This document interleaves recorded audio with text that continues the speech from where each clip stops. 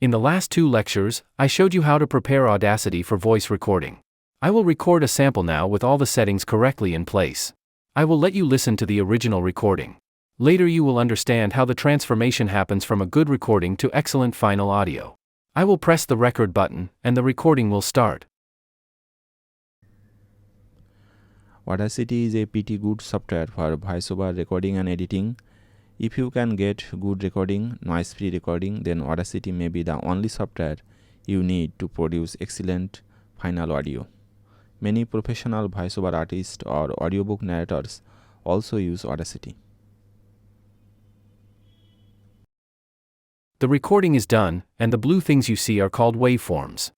This whole thing is called a track. The numbers you see above the track are seconds. If you click on those numbers, the audio will start playing from that second. Use the spacebar to stop the audio from playing. Audacity is a pretty good software for voiceover recording and editing. If you can get good recording, noise-free recording, then Audacity may be the only software you need to produce excellent final audio. You can also play the audio by clicking inside the track and then press the spacebar. Many professional voiceover artists or audiobook narrators also use Audacity. After the recording is done, you would want to save the project. You can access an Audacity project from the last saved point. Choose a location where you want to save the Audacity project.